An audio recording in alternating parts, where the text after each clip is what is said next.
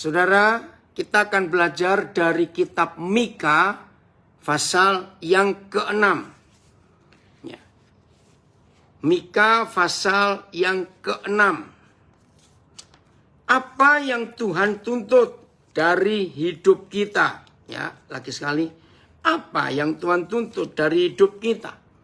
Seringkali kita mendengar, ya kita mengasihi Tuhan, kita berdoa, maaf. Bahkan ada yang sering berkata, hamba Tuhan dituntut untuk memberi perpuluhan. Enggak, saudara. Bukan doa puasa, bukan doa pagi, bukan memberi perpuluhan, tidak. Inilah firman yang kita harus tahu, harus mengenal bagaimana yang Tuhan tuntut. Saya baca dulu ayat ini. Mika 6 ayat 8. Hai manusia, weh tegurannya keras, hai manusia, telah diberitahukan kepadamu apa yang baik.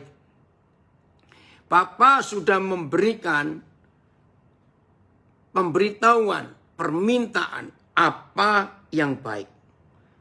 Dan apakah yang dituntut Yahweh Tuhan daripadamu. Wih, ini tegas sekali. Dan apa yang dituntut Yahweh Tuhan daripada hidup kita itu apa? Selain berlaku adil, mencintai kesetiaan, dan hidup rendah hati di hadapan Bapa di surga. Saudara, ternyata tuntutan Tuhan di hidup kita bukan 10, bukan 15, bukan 20, cuma 3.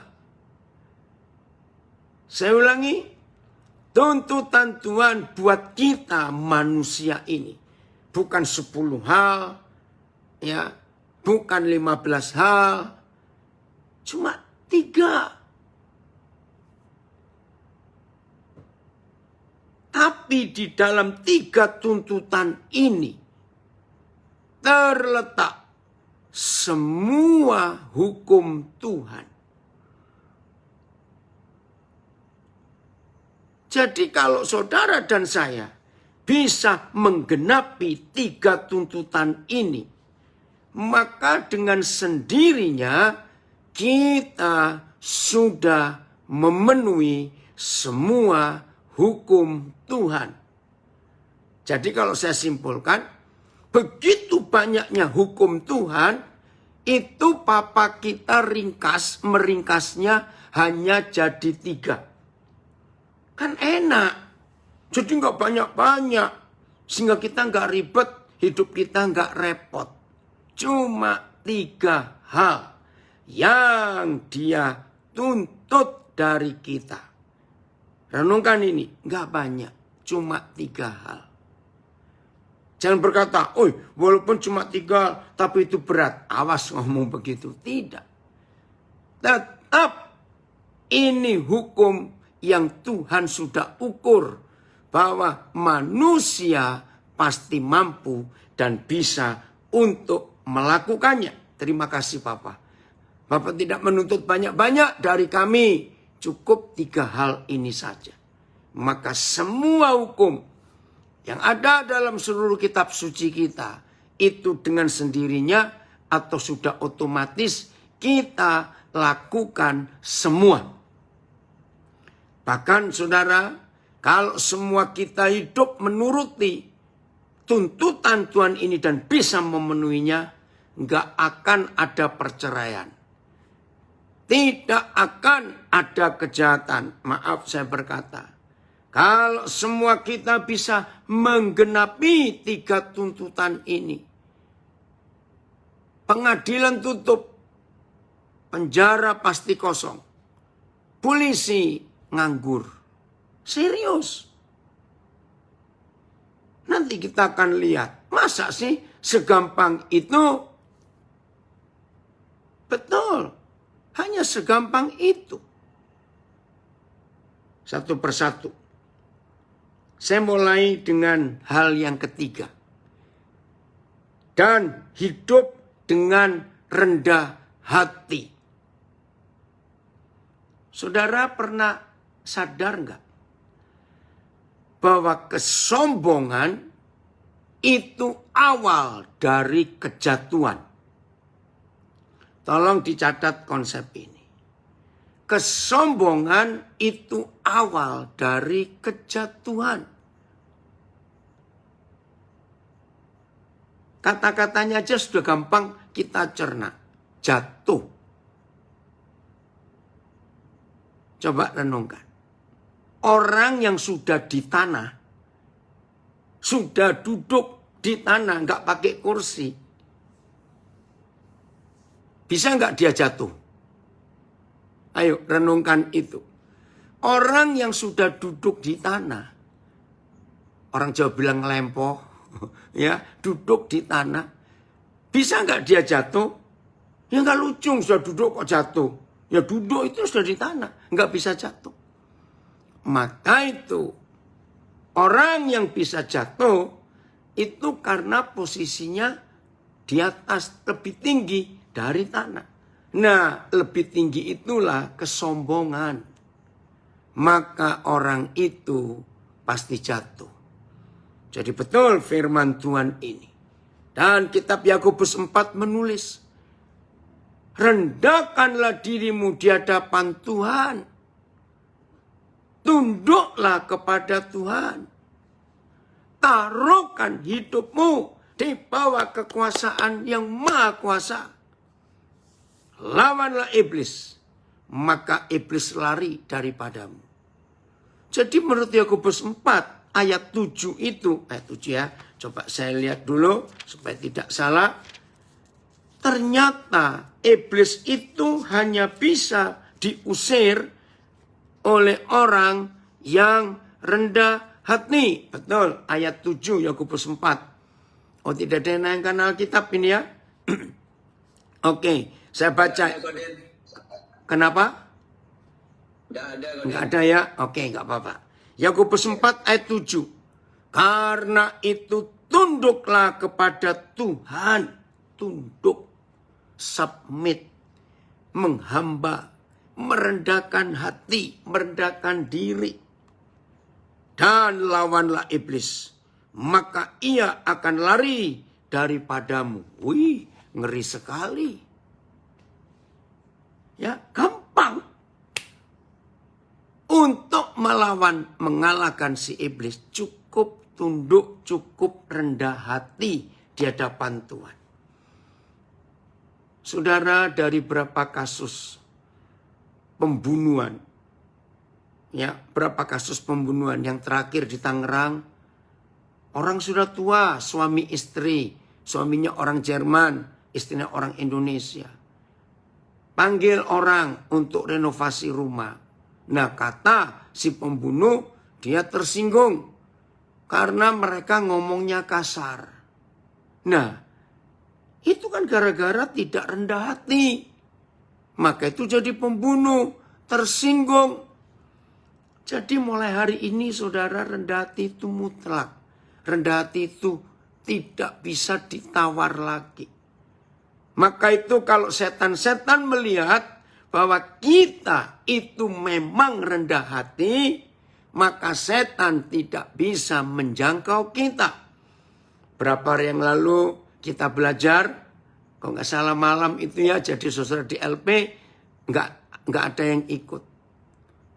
Saya pernah mendapat pernyataan bahwa setan itu nggak bisa jongkok. Masih ingat itu? Bukan karena dia rematik nggak bisa jongkok, bukan. Setan itu tidak bisa merendahkan hati, nggak bisa. Selalu mau angkuh, hebat, sombong. Nah, itu setan. Nah, kalau setan melihat kita ada di tanah, betul-betul rendah hati, maka setan itu nggak bisa ngambil kita. Karena mereka nggak bisa jongkok, maunya tinggi terus. Keren ya istilah itu. Saya bersyukur Papa memberi saya istilah, setan itu nggak bisa jongkok. Maaf, jangan tersinggung.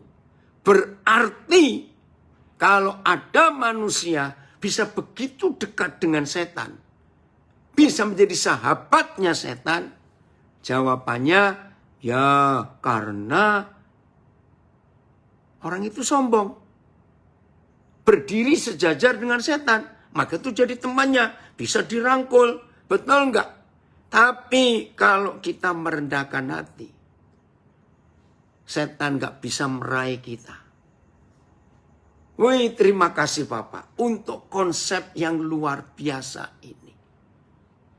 Kalau kita rendah hati, suami istri enggak mungkin bertengkar. Coba renungkan. Kenapa suami istri bisa bertengkar? Karena ada yang merasa benar. Yang satu merasa sombong. Lalu nyalakan yang lain.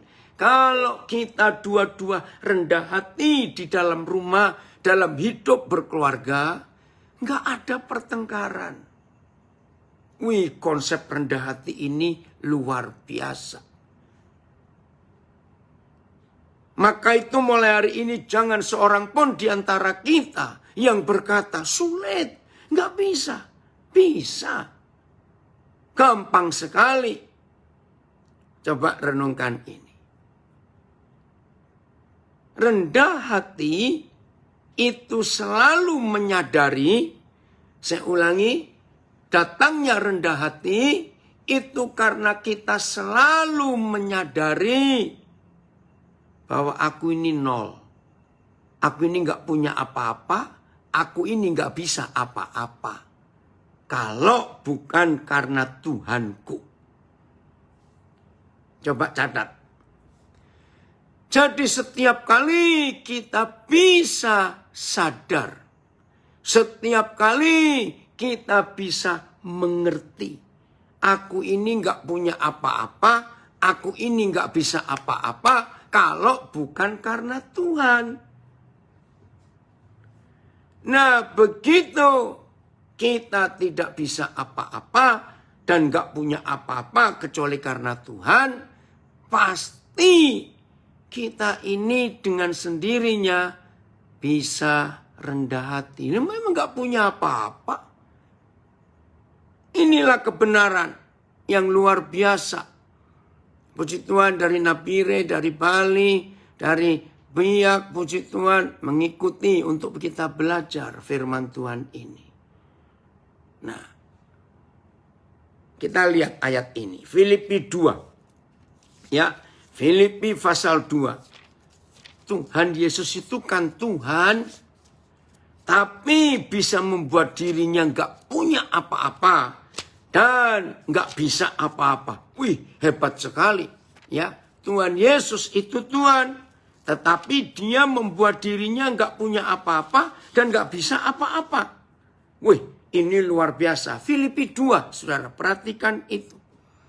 Nah, kalau seorang Tuhan, seorang loh ya, saya berkata, bisa mengenolkan dirinya. Ayo, mana lebih susah? Mana lebih susah? Kita yang memang dari asalnya nggak punya apa-apa, dengan dia yang memang apa-apa. Oh, terima kasih. Siapa ini yang, oh, Kristo, terima kasih. Kamu yang ya. Ayat yang ke-6. Mulai 6. Nah, seharusnya kita harus tahu konsep ini. Oke. Ada yang menambahkan, sebentar saya baca dulu ini ya. Amsal 18, 2, enggak usah dibuka Kristo yang Amsal. Papa cuma baca. Tinggi hati mendahului kehancuran. Tetapi kerendahan hati mendahului kehormatan. Setuju. Shalom dari Fak-Fak juga hadir. Nah, ayat 6 lihat. Gini, saya ngajak saudara berpikir. Antara Tuhan Yesus dengan kita. Coba ya, dengarkan pertanyaan ini. Antara Tuhan Yesus dengan kita. Yang lebih mudah untuk mengosongkan diri, membuat diri nggak punya apa-apa, sadar dan nggak bisa apa-apa. Antara Tuhan Yesus dengan kita. Siapa yang lebih mudah untuk menyadari bahwa hidup ini nggak punya apa-apa, nggak bisa apa-apa. Tolong jawab dulu. Yesus atau kita yang lebih muda? Jawabannya,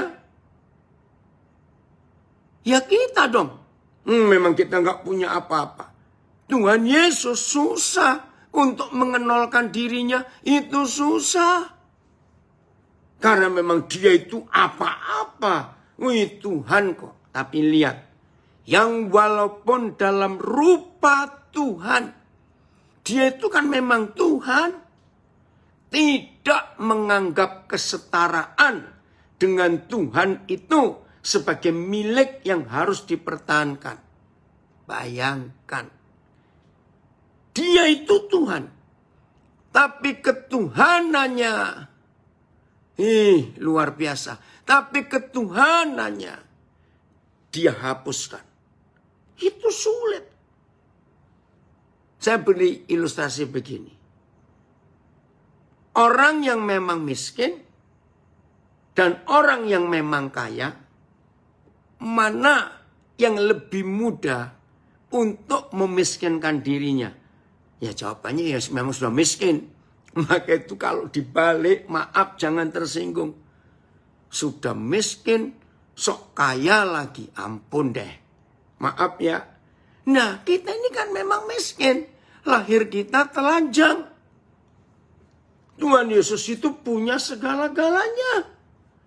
Tapi dia bisa tidak menganggap kesetaraan dengan Tuhan itu sebagai milik yang harus dipertahankan. Nah ini loh. Saya ulangi lagi. Suami istri bisa bertengkar ribut karena masing-masing mereka mempertahankan status dan kepemilikannya. Maaf, kalau ada salah satu dari suami istri itu fakta lebih kaya dalam materi dari yang satu, orang tuanya lebih tinggi posisi di sosial masyarakatnya daripada orang tua yang satu. Saudara bayangkan, kalau suami istri itu masing-masing mempertahankan statusnya dan status orang tuanya, pasti akan merendahkan status pasangannya dan mertuanya. Maaf, ributlah hidup. Padahal kalau sudah menikah, sudah menjadi suami istri, ya satu.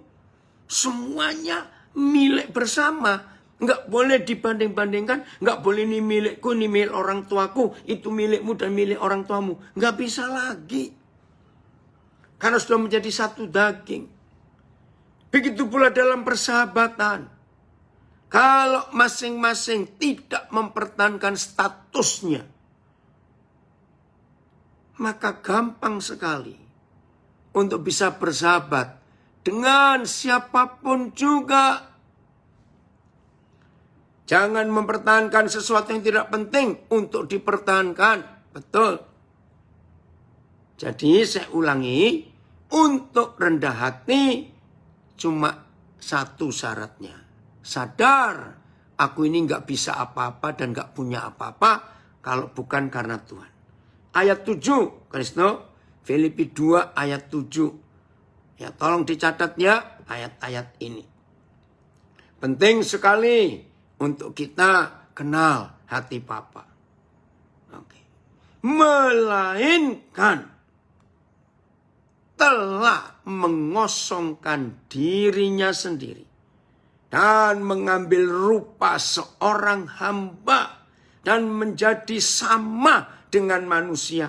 Dan dalam keadaan sebagai manusia, ia telah merendahkan dirinya dan taat sampai mati. Bahkan sampai mati di kayu salib. Simpan 3 ayat ini. Filipi 2 ayat 6, 7, 8. Untuk bisa rendah hati. Selalu sadar gak punya apa-apa, gak bisa apa-apa kalau bukan karena Tuhan. Maka itu penting untuk kita ketahui sikap hati kita yang sesungguhnya. Dan lihat dampaknya, hasilnya. Enak loh saudara, merendahkan hati itu enak. Enaknya apa? Lihat ayat 9 Filipi 2. Oh Papa, terima kasih. Itulah sebabnya Tuhan sangat meninggikan Yesus. Sangat. Haleluya. Nah, kalau Tuhan, Papa Yahweh kita yang meninggikan kita, maka setan gak bisa meraih posisi kita yang sama dengan Tuhan. Nah, ini beda dengan kesombongan. Beda. Karena Yahweh Tuhan yang meninggikan kita. Dan mengaruniakan kepada Yesus nama di atas segala nama. Puji Tuhan. Jadi setelah kita belajar ini, diharapkan tidak ada seorang pun di antara kita yang gak bisa rendah hati. Apa sih yang mau kita sombongkan? Saya punya istilah begini. Saya itu akan menghargai orang yang sombong. Dengar ya, saya akan menghargai orang yang sombong kalau saya tahu dia nggak bisa mati. Nah, sombonglah saya terima. Setuju nggak saya ngomong ini? Bisa mati aja sombong. Oke, yang lain. Tuhan Yesus berkata bahwa dari hidup kita, Paulus menuliskan, dari hidup kita ini gak ada yang baik. Coba saya bacakan. Roma 18. Ya, Roma 18 ayat yang ke-7. Tuhan tolong kami untuk jadi benar di hadapan. Roma 8. Maaf saya. Roma 8 ayat yang ke-7. Maaf saya salah. Makasih Kristo. Ya. Roma 8. Ntar ayat 7 atau 17.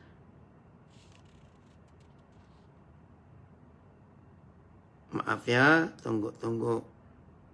Dalam hidup kita manusia itu nggak ada yang baik. Sebentar. Oh, Roma 7 ayat 18. Maaf, Kristo. Bapak salah. Roma 7 ayat 18. Maafkan saya. Ayo kita teliti firman ini. 7. Roma 7, Kristo. Bukan Roma 8. Bapak salah. Ya, ayat 18. Nah, perhatikan ya.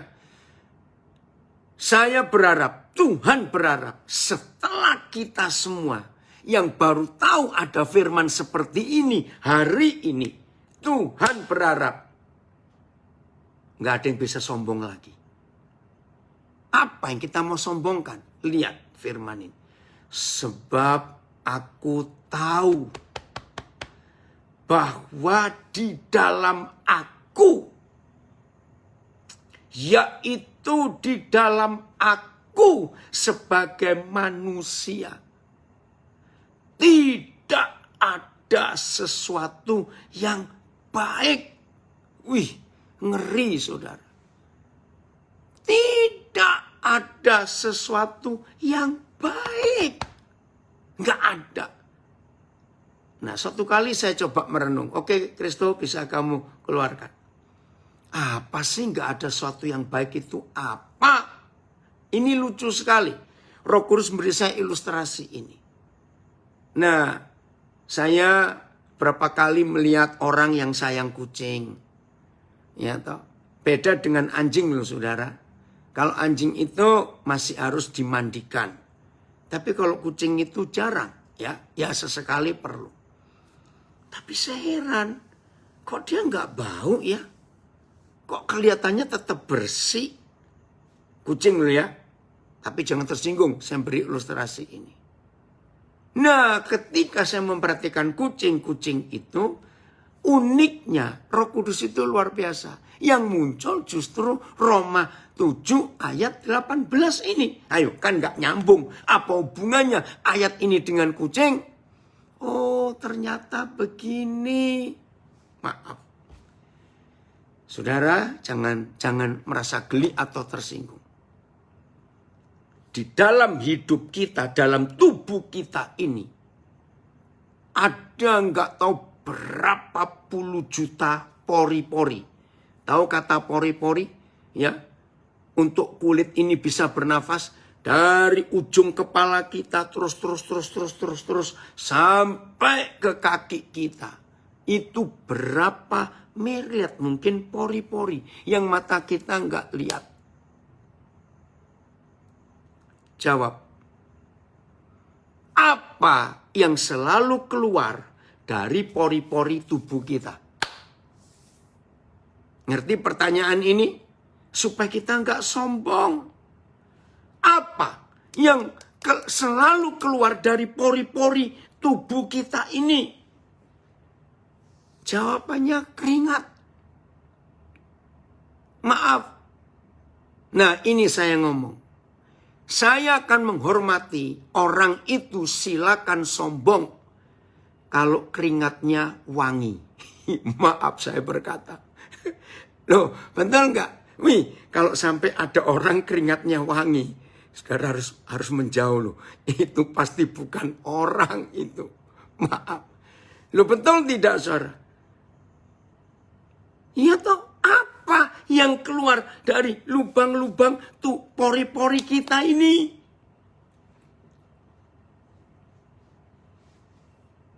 Ini yang saya pikir.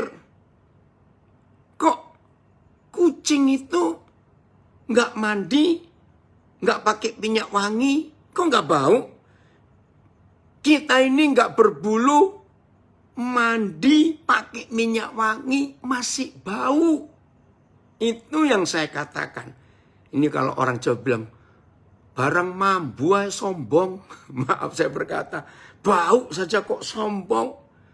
Betul? Nah sekarang lubang-lubang yang besar-besar daripada pori-pori. Maaf saya ngomongnya bukan ngomong jorok.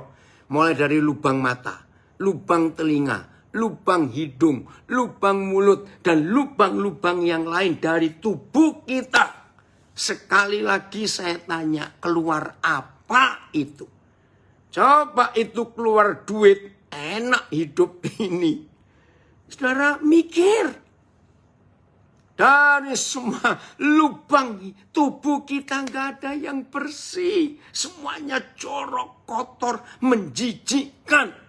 Itu arti Roma 7 ayat 18. Sebab aku sadar, aku tahu, aku mengerti bahwa di dalam aku, yaitu di dalam aku sebagai manusia tidak ada sesuatu yang baik. Masih mau sombong? Terserah saudara. Maaf saya berkata. Apa yang kita mau sombongkan? Posisi kedudukan nggak akan kekal. Karena ada masanya untuk jabatan berhenti. Lihat kemarin ya, rame diskusi kemarin. Ya di pemerintahan. Sebagian banyak rakyat Indonesia ingin Jokowi dapat periode ketiga. Tapi terjadi diskusi ramai kemarin seharian itu saudara. Pak Jokowi nggak mau. Cukup 2 kali saja. Padahal yang lain-lain. Lihat itu Presiden Tiongkok mengangkat dirinya menjadi presiden seumur hidup. Wah luar biasa. Jokowi tidak mau. Ya saya sih masih berjuang juga. Ya supaya 3 kali memerintah. Karena luar biasa pemerintahnya. Kita belum dapat mengganti yang paling tidak setara dengan Jokowi. Untuk periode 2024 dan seterusnya. Oke biar mereka yang ribut sendiri. Tapi saya mau ceritakan. Kedudukan presiden pun Jokowi tidak berambisi. Hebat enggak presiden kita ini? Akhirnya kemarin 2 hari lalu wali kota Solo yang dihina, yang diejek oleh seorang anak muda, lo bisa memaafkan. Wih, jadi anaknya Jokowi sudah kayak bapaknya. Dimaafkan. Kata-kata jahat itu penghinaan buat simbol negara. Tapi Gibran memaafkan. Nah itu loh orang rendah hati itu. Jelas ya? Sadar, hidup ini bau, jangan sombong. Kembali ke Mika. Hal kedua, kita akan melihat hal kedua. Bagaimana Tuhan menghendaki supaya kita jadi orang benar yang berkenan kepada Dia. Mika 6 ayat 8. Yang dituntut Tuhan setelah rendah hati adalah mencintai kesetiaan. Terima kasih Papa. Jadi Papa itu nggak nuntut macam-macam. Cuma 3 tuntutannya. Yang kedua, mencintai kesetiaan. Apa sih kata lain kesetiaan? Banyak kalimat-kalimat yang kita bisa pakai. Di antaranya, tetap satu. Nggak punya pilihan lain, tetap satu. Itu setia. Ya, nggak ada pilihan lain, tetap satu. Maka itu saya katakan tadi, tuntutan ini terletak seluruh hukum Tuhan. Jadi kalau tadi rendah hati, nggak ada pembunuhan, nggak ada orang tersinggung, oh, rendah hati kok, ya nggak ada orang rendah hati. Setia. Nah ini dia, suami istri dikatakan setia. Karena memang nggak ada pilihan lain dalam hidupnya. Ya cuma satu itu saja. Nah yang luar biasa saudara. Ini sulit dimengerti. Ternyata Tuhan kita itu setia.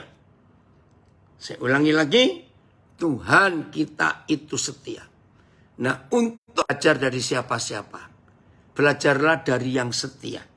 Kita lihat 2 Timotius 2 ayat 13. 2 Timotius 2 ayat 13. Ya Bu Esther, tiap hari ada live. Nanti sebentar lagi juga 11.30 ini kalau saudara mau gabung lagi, ayo ikut ya.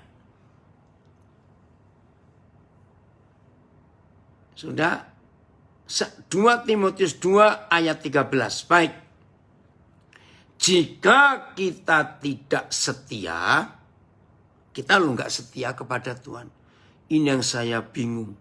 Kok bisa Tuhan seperti itu?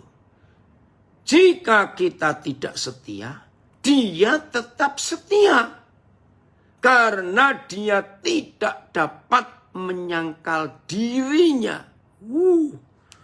Dia tetap setia walaupun kita tidak setia.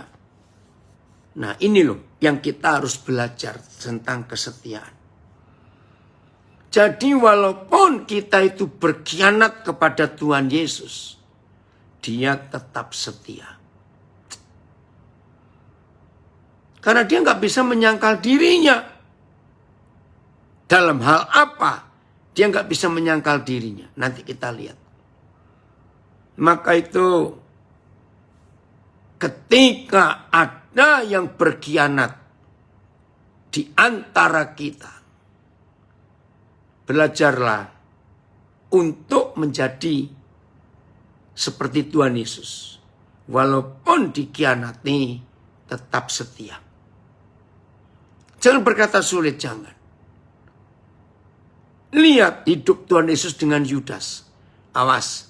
Jangan ada yang berkata, itu kan Tuhan Yesus, aku kan bukan. Awas ada yang ngomong seperti itu ya. Semua kita harus menjadi seperti Yesus. Dia dikhianati, Yudas contohnya. Sejak awal dia tahu. Tapi Yudas selalu diberi kesempatan. Oke, Pak Marquez dari Timor Leste. Memberi kita terjemahan yang lain. BM ya, 2 Timotius 2:13. Jika kita tidak setia, Dia tetap setia Karena dia tidak dapat bertentangan dengan dirinya sendiri. Nah itu tulisannya nggak dapat menyangkal dirinya. Terima kasih. Karena dia tidak dapat bertentangan dengan dirinya sendiri. Nanti kita akan lihat itu. Jadi sejak awal Tuhan Yesus sudah tahu Yudas ini pengkhianat. Sudah pengkhianat, mata duitan lagi. Ayo, lengkap sudah. Saudara, tapi dia tetap setia. Ini yang luar biasa. Saya mau buktikan satu ayat lagi. Matius 28. Nah, itu detik-detik terakhir pas Tuhan Yesus mau naik ke surga. Bayangkan, detik-detik terakhir Tuhan Yesus mau naik ke surga. Matius 28. Ya ampun saudara, ternyata mereka begini kelakuannya. Oh ampuni Tuhan. Ayat yang ke-16 sampai 18 ya. Matius 28 ayat 16 sampai 18. Coba kita baca. Dan ke-11 murid itu berangkat ke Galilea. Yudasnya sudah mati. Oke. Ke bukit yang telah ditunjukkan Yesus kepada mereka. Karena sudah dipesan. Ayo kamu kumpul ke sana, aku mau naik ke surga. Ketika melihat dia, ya tentunya yang ke-11 itu dong. Ketika ke-11 orang itu melihat dia, mereka menyembahnya. Sudah menyembah loh. Tetapi beberapa orang ragu-ragu. Loh, saudara terus terang. Kalau Yesus model saya sebagai guru, saya syok. Lah, jadi selama ini kamu itu dengerin apa dan melihat apa dari aku? Aku sudah mau meninggalkan kalian untuk balik ke surga. Ternyata kalian beberapa orang masih ragu-ragu. Coba saudara bayangkan, gila enggak ini? Ampun. Terus ngapain mereka selama itu? Ini intermezzo saja. Kalau Yesus model saya akan minta perpanjangan waktu. Dengar, saya akan minta perpanjangan waktu kepada Papa di surga. Papa, boleh nggak saya minta waktu? Berapa bulan ya? 3 bulan lagi. Saya mengurusin orang-orang ini. Bayangkan, aku sudah mau balik ke surga. Detik-detik terakhir ini, mereka masih ada yang ragu-ragu. Rasanya kayak apa? Betul nggak saudara? Tapi lihat bagaimana Tuhan Yesus sangat luar biasa. Sudah jelas mereka ragu-ragu. Tapi lihat ayat 18. Yesus mendekati mereka dan berkata, kepadaku telah diberikan segala kuasa di surga dan di bumi. Karena itu pergilah, jadikanlah semua bangsa muridku. Dan seterusnya, saya nggak usah baca. Saudara bayangkan. Yang ragu-ragu pun tetap dapat tugas yang sama. Seperti yang tidak ragu-ragu. Orang Jakarta bilang, ini kan gila. Ragu-ragu? Diberi tugas ke seluruh dunia, beritakan Injil itu. Injil model apa yang akan mereka beritakan? Tapi itulah bukti Yesus tetap setia. Walaupun kita tidak setia.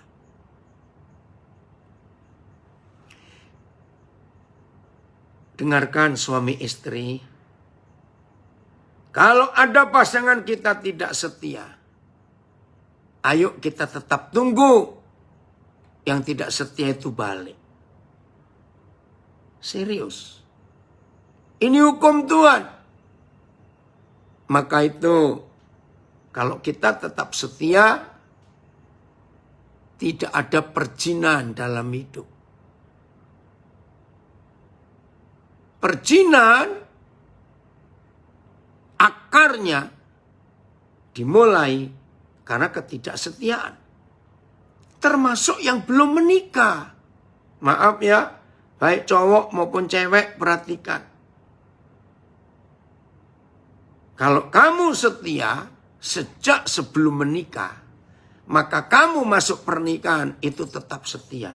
Belum menikah kok harus setia? Nah ini loh pertanyaan yang banyak orang gak pernah mikir. Pertanyaannya, bagaimana orang yang belum menikah kok bisa diminta untuk setia? Harus. Loh bagaimana? Dia mau setia sama siapa? Dia belum menikah. Ini jawabannya. Kalau pemuda-pemudi sejak masih belum menikah sudah belajar setia, saya percaya akan muncul. Loh, kalau misalnya ada pemuda-pemudi mereka belum menikah, lalu mereka mengadakan free sex, apakah itu salah? Jelas salah. Sebab dia mengkhianati calon istrinya atau calon suaminya. Tolong catat ini. Banyak orang tidak mengerti kebenaran ini.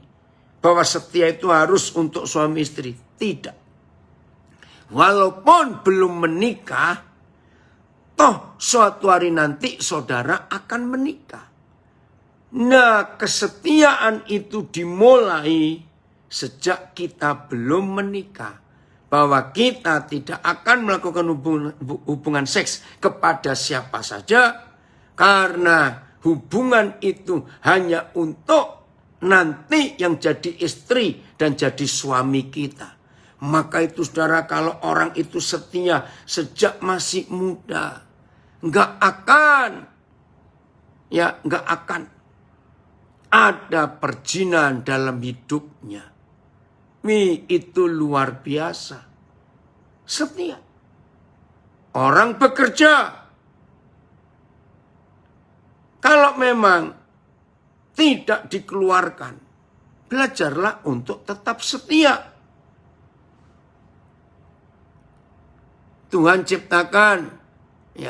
ciptakan berapa banyak, memang nggak banyak, tapi ada berapa jenis hewan yang setia. Salah satu contohnya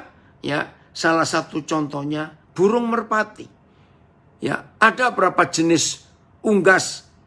Mereka itu setia kepada pasangannya. Nah, salah satunya adalah merpati. Luar biasa.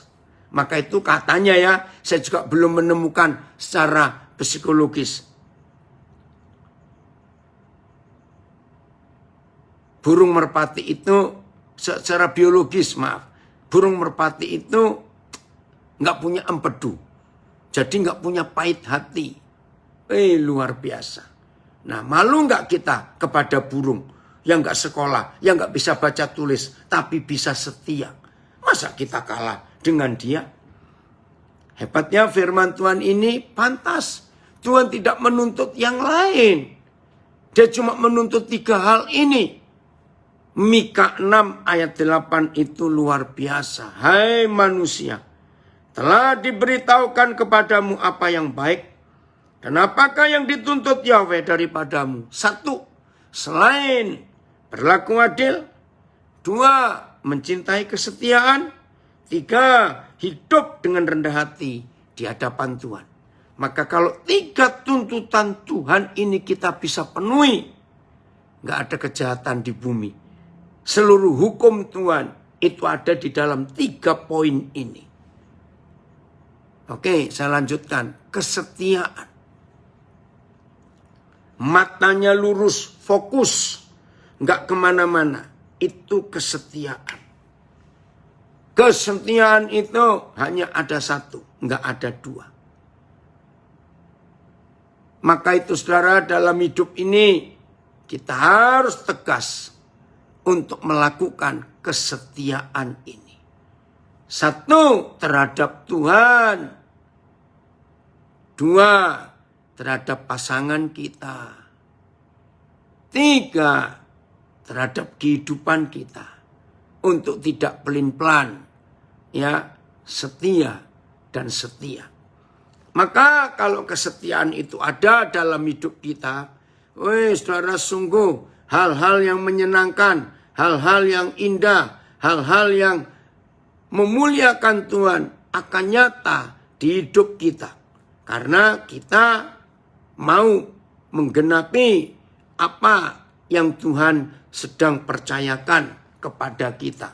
Maka kalau itu, ini luar biasa. Hidup Tuhan akan nyata di hidup kita. Dan kalau hidup Tuhan nyata di hidup kita, maka hidup itu akan dilihat oleh banyak orang. Indah enggak kalau begitu keadaannya? Itu menyenangkan sekali. Maka itu ayo kita tunjukkan kesetiaan kita. Supaya orang-orang memuliakan Tuhan lewat hidup kita. Saudara, ada kisah nyata. Ya, dari Rantai Pau. Nah, ini kalau dari Makale pasti akan tahu. Orang Toraja pasti tahu. Orang Sulawesi Selatan kebanyakan. Ada hotel namanya Hotel Misiliana di Toraja. Nah, saya kenal baik pemiliknya. Nah, pemiliknya adalah seorang pensiunan Auri, Bapak almarhum Tangke Salu. Waktu dia masih muda, jadi tahun 50-an awal, dia kerja di sebuah toko. Tahun itu, ya, masih belum sampai sekarang tahun 50-an. Di toko orang Tionghoa di Rantai Pau. Nah, rupanya Pak Tangke Salu ini ya masih muda, nggak tahu kebenaran. Dia suka mencuri uang penjualan toko itu. Nah, setelah dia lulus SMA, dia bisa masuk Auri. Terus Tuhan berkati hidupnya. Dia bisa sukses sampai bisa punya hotel itu. Nah, kira-kira tahun 80-an setelah dia pensiun, Roh Kudus itu tegur dia bahwa dulu kamu pernah mencuri di toko yang kamu kerja. Dia kaget. Bahkan sebelum dia meninggal, dia itu masih nginjil, naik becak, bersebarkan traktat. Nah, terus dia jatuh sakit, gak lama Tuhan panggil dia. Nah, akhirnya dia tanya, Tuhan, saya harus buat apa? Dan keluarga itu sudah pindah, sudah pulang ke Tiongkok. Waktu zaman PP 10, itu tahun 59, 60. Tapi karena Roh Kudus minta dia bertobat, dia coba-coba hitung berapa uang yang dia curi waktu itu. Ya, dia sudah lupa tepat jumlahnya berapa. Setelah dia hitung, dia kalkulasikan dengan uang rupiah di zaman itu, tahun 80-an awal itu. Maka keluarlah angka yang cukup besar. Dia hitung sendiri. Bahkan dia inflasinya, bunganya dia hitung sendiri. Mulailah Pak Tangke Salu itu cari orang itu ada di mana. Ya, karena niatnya sudah benar, walaupun sulit, Roh Kudus menuntun. Akhirnya dapat berita. Keluarga itu ada di Pulau Hainan. Ya, sekarang akan jadi pelabuhan besar di Pulau Hainan itu oleh pemerintah Tiongkok. Cari berita lagi, alamatnya di mana. Akhirnya ketemu. Berangkatlah Pak Tangke Salu dengan anak terakhirnya, Ibu Ina, yang jadi istri Pak Pendeta Yonatan Patiasina. Waktu itu belum menikah mereka. Berangkat, saudara, kaget. Pengusaha Tionghoa ini, dan mereka masih fasih bahasa Toraja. Terus mereka cerita nostalgia begini. Lalu Pak Tangke Salu ngaku kalau pernah mencuri. Dan pengusaha ini tertawa karena dia juga nggak tahu dan sudah lupa. Tapi karena kesetiaan pada hukum Tuhan harus mengembalikan. Saudara, pengusaha ini kaget. Dapat uang segitu banyak. Wih, terjadi keselamatan yang luar biasa. Ringkas cerita, gara-gara melakukan kesetiaan itu dan keadilan itu, berdiri gereja Tuhan di kota itu di Pulau Hainan sampai hari ini. Hasilnya luar biasa. Nah, maka itu saudara, melakukan hukum Tuhan itu mutlak. Melakukan hukum Tuhan itu harus, yaitu setia. Oke, kita buka Wahyu 19. Mengapa Tuhan gak bisa menyangkali dirinya? Kalau tadi dalam terjemahan BM yang Pak Marques kirim, karena dia tidak dapat bertentangan dengan dirinya sendiri. Kenapa? Kita buka Wahyu 19 ayat yang ke-10 ya. Wahyu 19 ayat yang ke-10. Oh maaf, ayat yang ke-11. Wahyu 19 ayat yang ke-11. Kita lihat. Wahyu 19 ayat 11. Ya, Pak Marques, kalau ada terjemahan BM itu juga tolong ditayangkan di Instagram. Lalu aku melihat surga terbuka. Sesungguhnya ada seekor kuda putih. Dan ia yang menungganginya bernama, yang setia dan yang benar. Ia menghakimi dan berperang dengan adil. Nah saudara, mengapa dituliskan walaupun kita tidak setia, dia tetap setia? Karena dia tidak dapat bertentangan dengan dirinya sendiri. Ternyata gara-gara ini namanya itu setia. Nggak mungkin kalau namanya itu setia lalu dia tidak setia. Dia akan bertentangan, dia akan menyangkal dirinya sendiri. Wih, waktu saya dapat ayat ini antara 2 Timotius 2 ayat 12 dan Wahyu 19 ayat 11 saya bilang, Papa, engkau luar biasa. Ini cuma guyon intermezzo saja. Di Jawa, puji Tuhan dari Sabah juga hadir.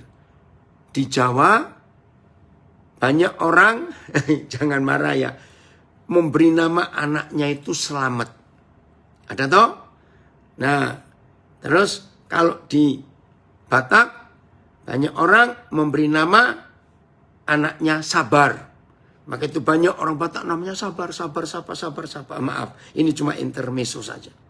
Nah, berarti anak-anak itu maksud dari orang tuanya ya supaya selamat terus. Maaf ya, maksud orang tuanya begitu. Maka itu dikasih nama Selamat atau nama Sabar. Betul ya? Nah saudara, kalau kita mau hidup betul-betul ya di dalam jalan Tuhan, maka nama itu akan ngikut kita. Betul tidak? Nama itu pasti akan jadi fakta di hidup kita. Kalau kita mentaati betul-betul. Nah ini guyon saja. Tapi belum tentu loh. Yang namanya selamat itu selamat terus. Belum tentu orang yang namanya sabar bisa sabar terus. Betul tidak saudara? Maaf ini intermezzo saja. Tapi tidak begitu dengan Tuhan Yesus. Namanya setia. Dia akan tetap setia sampai kapanpun juga. Dia tetap setia. Wih, ini luar biasa saudara. Kalau kita mau hidup sungguh-sungguh mentaati firman Tuhan. Sudah 2 yang kita pelajari. Yang terakhir, kembali ke Mika 6 ayat yang ke-8. Mika 6 ayat yang ke-8. Kita akan melihat kebenaran ini. Nah, yang pertama yang Tuhan minta jelas sekali. Hai manusia, telah diberitahukan kepadamu ya, apa yang baik dan apa yang dituntut oleh Tuhan. 1. Selain berlaku adil. 2. Mencintai kesetiaan. 3. Dan hidup dengan rendah hati di hadapan Tuhanmu. Ya udah, Papa nggak minta banyak-banyak, cuma minta 3 hal itu saja. Terima kasih Papa, Engkau sungguh baik dalam hidup ini. Adil, menyatakan keadilan buat semua orang yang diperlakukan tidak adil dalam hidup kita. Nah saudara, untuk melakukan keadilan, maka tidak boleh pelit dan tidak boleh egois. Saya langsung berkata lagi. Orang yang pelit dan orang yang egois tidak akan mampu melakukan keadilan. Arti kata keadilan, ya, itu artinya mau berbagi. Maka itu kata keadilan, itu pasti ada kata menyamaratakan. Menyatakan keadilan. Artinya nggak boleh berat sebelah. Kapan seorang ayah itu dikatakan tidak adil kepada anak-anaknya, pasti ketika seorang ayah itu pilih kasih. Kenapa pilih kasih? Karena ada yang dikasih ada seorang atau lebih anak-anak yang lebih dikasih daripada anak yang lain. Nah itu tidak adil, tidak merata. Maka itu orang egois dan orang pelit tidak bisa menyatakan keadilan. Sebab orang egois dan orang pelit hanya adil buat dirinya sendiri. Nah itu enggak wajar. Mana bisa adil buat diri sendiri? Enggak bisa. Maka itu agama, maaf saya berkata, agama itu membuat Tuhan tidak adil. Wih, pasti saudara kaget. Masa sih? Saya ulangi.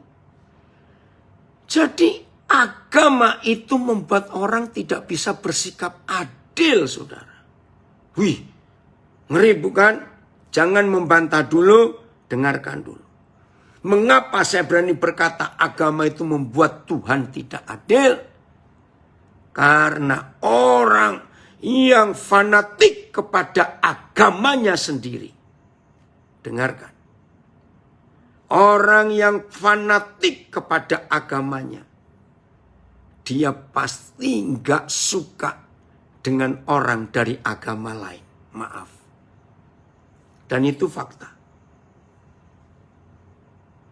Maka itu saya katakan, saya nggak tahu kena apa ya.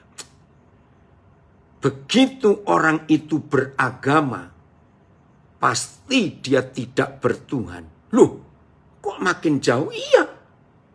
Karena orang beragama itu jahat.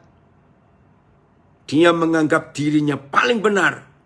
Yang lain salah. Orang beragama itu selalu punya kesinisan. Kalau melihat orang dari agama lain. Langsung arogansinya timbul. Kesombongannya timbul. Terus sinis kalau melihat orang dari agama lain. Mencibir, meremehkan, merendahkan.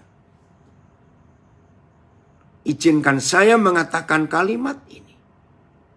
Justru 3 tuntutan Tuhan yang ada di hidup kita tidak akan kita bisa penuhi kalau kita mengaku beragama Kristen atau beragama Katolik. Beragama Kristen pun kita masih dibagi-bagi. Kristen Protestan atau Kristen Pentakosta atau Kristen Advent atau Kristen Baptis atau Kristen Reform atau Kristen Armenian. Aduh saudara. Untuk Pentakosta pun masih dibagi-bagi lagi. Kamu Pentakosta yang mana? Yang pendirinya siapa? Ketua umumnya siapa? Ya ampun. Itu masih di kotak-kotak lagi. Saudara bayangkan. Maka itu orang Advent akan sulit respect kepada orang Katolik. Orang Katolik nggak bisa merespek, maaf jangan tersinggung, kepada orang Pentakosta. Orang Pentakosta nggak akan bisa respek kepada orang Protestan dan sebagainya. Sudahlah pokoknya kacau. Itu baru yang Kristen. Belum agama-agama yang lain. Lihat, Sunni Syiah masih ribut sampai hari ini.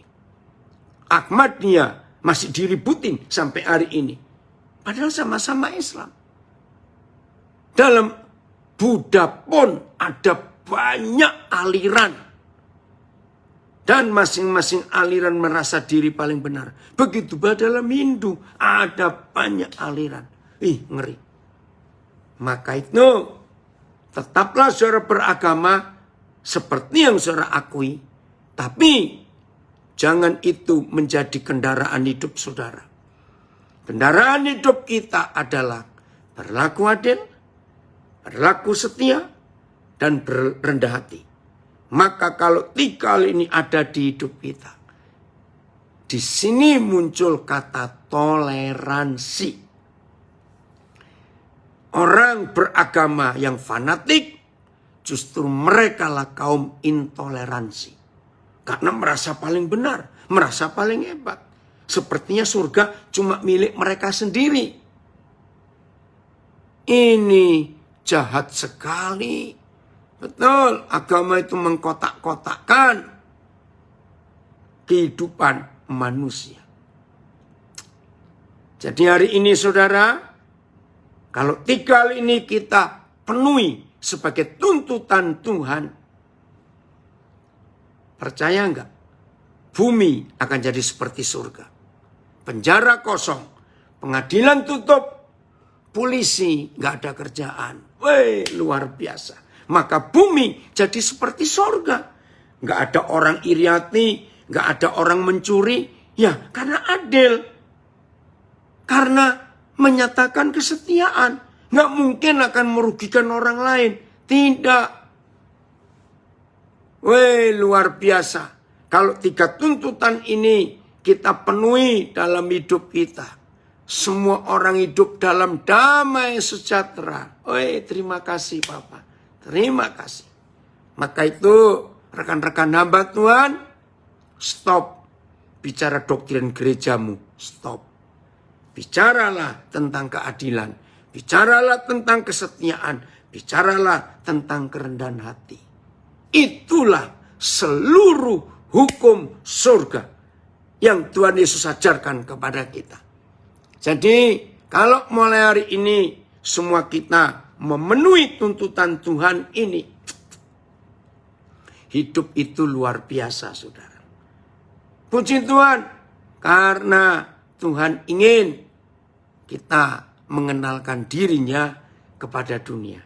Selamat menjadi pelaku firman dan selamat menjadi wakil Tuhan Yesus, Raja Damai yang adil itu. Saudara, Tuhan memberkati kita semua.